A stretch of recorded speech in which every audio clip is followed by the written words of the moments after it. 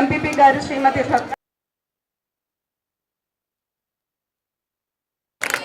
ZPTC సభ్యులు గారిని సిద్ధయ్య గారిని స్టేజ్ మీదకి ఆహ్వానిస్తున్నాను.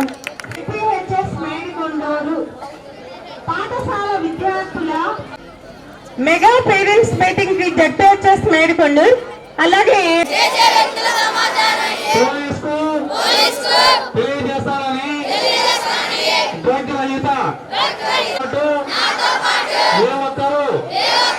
డ్రగ్స్ బారిన పడకుండా కృషి చేస్తారని డ్రగ్స్ అమ్మకం కొనుగోలు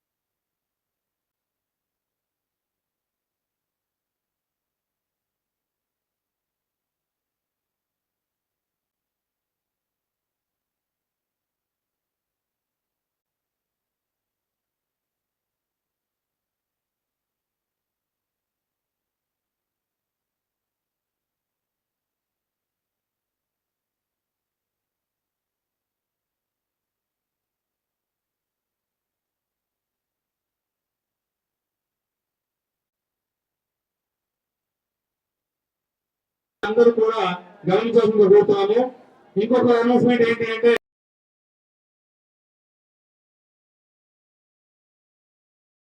అధికారులతో పాటు ఒక డొక్కా సీతమ్మ గారి మధ్యాహ్న భోజనం ఏర్పాటు చేయడం జరిగింది కాబట్టి అది మనం అందరం కలిసి చాలా మంది ఇక్కడ ఉన్నటువంటి తల్లిదండ్రులు పేదవారు. మీరు డైలీ వర్క్ కు వెళ్ళి సంపాదించుకుంటారు. అయినప్పటికీ ఈ పేరెంట్ టీచర్ కాన్ఫరెన్స్ కోసం మీ ఉపాధిని కూడా వదులుకొని ఇక్కడికి వచ్చినటువంటి ప్రతి తల్లి తండ్రికి మనస్ఫూర్తిగా కృతజ్ఞతలు, అభివందనలు, ధన్యవాదాలు చెప్తా ఉన్నా. ఇప్పుడు చాలా మంది ఇవన్నీ మాట్లాడారు. పిల్లల్ని చూస్తూ ఉంటే చాలా అద్భుతంగా పర్ఫార్మెన్స్ ఇచ్చారు. ఇప్పుడు నేను మెడికల్ కాలేజీలో ఉన్నప్పుడు ఒసే రాములమ్మ సినిమా చాలా ఫేమస్ ఉండేది. ఆ రోజు నా పాట చాలా బాగుండేది. మహానుభావులు దాసనారాయణరావు గారు ఆ సినిమా తీసి ఆ రోజుల్లో ఉత్తేజం తీసుకొచ్చారు.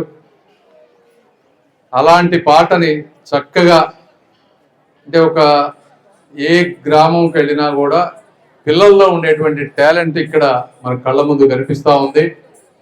అదేవిధంగా నేను పిల్లల్ని అడుగుతున్నా, మీలో మీరు ఎంతమంది తెలివైన వారు అని అనుకుంటున్నారు? చేతులు ఎత్తండి. వెరీ గుడ్, చాలా మంది చేతులు ఎత్తారు. Very good. ప్రతి ఒక్కరు కూడా తెలివైన వారే. ప్రతి ఒక్కరి జీవితం కూడా ఇప్పటి వరకు రాయబడని ఒక కథ. మీ కథకి మీరే నిర్మాతలు, మీరే దర్శకులు. పేరెంట్స్ కానీ టీచర్స్ కానీ మిమ్మల్ని చేపట్టుకొని ముందుకు తీసుకువెళ్తారు, కానీ మీ జీవితాన్ని మీరే ఒక గోల్ పెట్టుకొని ముందుకు వెళ్ళాలి. ఎందుకంటే మీరు చూస్తూ ఉన్నారు మీ తల్లిదండ్రులు ఎంత కష్టపడి ఈ రోజున మిమ్మల్ని ఇలా చదివిస్తూ ఉన్నారు అనేది. మీరు కూడా ఇలా స్టేజీల మీదకి వచ్చి మాట్లాడే విధంగా అవ్వాలి అన్నా, గొప్ప గొప్ప వారు అవ్వాలన్నా కేవలం చదువు జ్ఞానంతో మాత్రమే అవి వస్తాయి. నా ఉద్దేశంలో చదువు అంటే ర్యాంకులు రావాలని కాదు. ర్యాంకులు వస్తే వెరీ గుడ్, తప్పులేదు. స్కూల్లో మీరు ఏమి నేర్చుకుంటారంటే ఒక క్యారెక్టర్ ఫార్మ్ అవుతుంది, మీకు ఒక కాన్ఫిడెన్స్ బిల్డ్ అవుతుంది, ఆత్మాభిమానం, మనం ఏమైనా చేయగలం అనేది. మూడవది కమ్యూనికేషన్ డెవలప్ అవుతుంది. 10 మందితో ఎలా మాట్లాడాలి, 10 మందితో కలిసి ఒక పని ఎందుకంటే ఒక్కడిగా ఈ ప్రపంచంలో ఏవి సాధించలేరు. 10 మంది కలిస్తేనే ఏ కార్యక్రమం అయినా కూడా ముందుకు వెళ్తుంది. ఆ 10 మందిని మోటివేట్ చేసి ఎలా పని చేయించాలి. అదేవిధంగా 4వది క్రియేటివిటీ, సృజనాత్మకత. మీకు ఉన్నటువంటి సబ్జెక్ట్లో పట్టు తీసుకొని టీచర్ సహకారంతో అందులో డెప్త్కు వెళ్తూ జీవితంలో మీరు అనుకున్న ఆశయాన్ని సాధించటం. Character formation, confidence, communication, creativity. School అంటే ఈ 4 కేవలం మార్కులు ర్యాంకులు మాత్రమే కాదని మీరు అందరూ తెలుసుకోవాలి. అదేవిధంగా టీచర్స్, ఉపాధ్యాయులు అంటే అల్లరి చేసేటువంటి విద్యార్థులని అంతరిక్ష పరిశోధకులుగా తయారు చేయగలరు. అదేవిధంగా పరీక్షలంటే భయపడే వారిని ప్రతిష్టాత్మక ప్రొఫెసర్స్ గా తయారు చేయగలరు. చదువు అంటే చెమటలు పట్టే వారిని ఒక చరిత్ర రాసే విధంగా తయారు చేయగలిగినటువంటి శక్తి ఉన్నవారు ఉపాధ్యాయులు.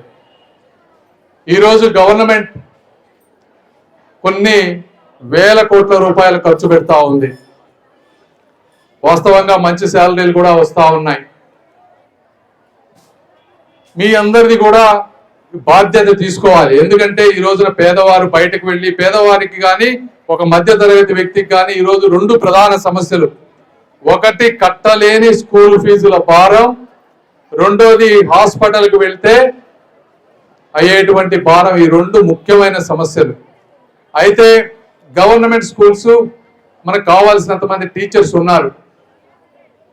మీరు కూడా దీన్ని మీ బాధ్యతగా తీసుకొని, ఎందుకంటే మీరు ఎక్కడికి వెళ్ళలేనటువంటి పరిస్థితి కాబట్టి మీరు ఆల్రెడీ తీసుకున్నారు అంటే ఇంకా నెక్స్ట్ లెవెల్కి వెళ్ళే విధంగా చేయాలి.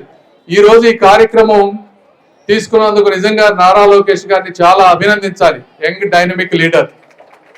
ఎందుకు అంటే గత 5 సంవత్సరాల్లో మీరు ఎప్పుడన్నా ఇలాంటి మీటింగ్ కానీ పేరెంట్స్ టీచర్స్ కలిసి ఇలా మాట్లాడుకునేది ఎప్పుడన్నా మీరు చూసారా?